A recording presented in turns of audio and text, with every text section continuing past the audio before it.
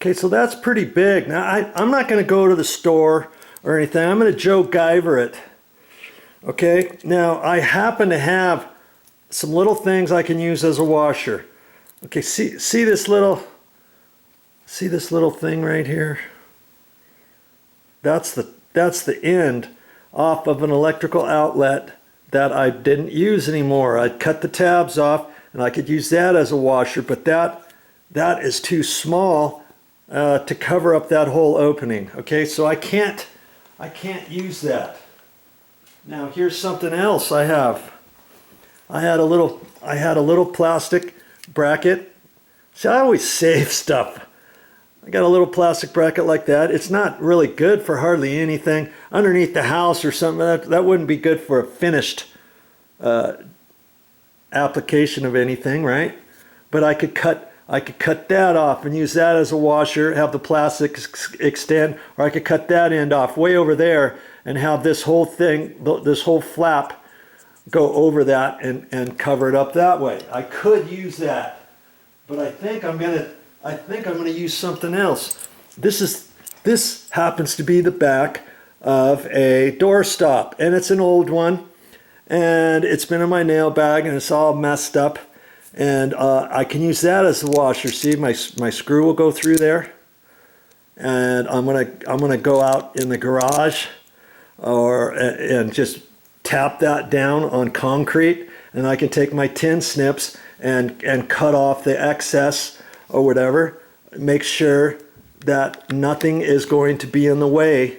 See, I've got this little thing there. I want to make sure I got nothing in the way. I don't want it up over that, because then the back of the smoke alarm is not going to slide on there. So I can't go above that little nib. So see, I can use this. I can let it extend over after I put this screw on and flip it over, and then I can just shimmy that screw up with the washer on there. So I'll hold the washer there, and I'll cut this side off after I flatten it off, and make that my washer, okay? And that will hold it. How about that? All right, so I'm gonna do that and get ready to get this back up there. Kaboom. See, I flatten that out. I cut off the edges, so it's gonna fit. It's gonna fit right there for my washer, and that's gonna go right in there. I think that'll work. See there?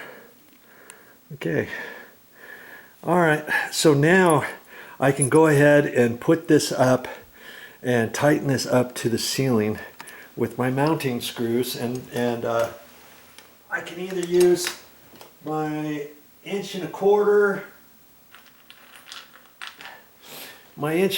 drywall screws, or my 1 5/8", and I'm probably going to use my 1 5/8", at least for where the washer is, and I can see where the little goodie is that I have to screw into in the box is raised up. Even though the box is flush to the drywall, that little tab is inset about 1/8 of an inch.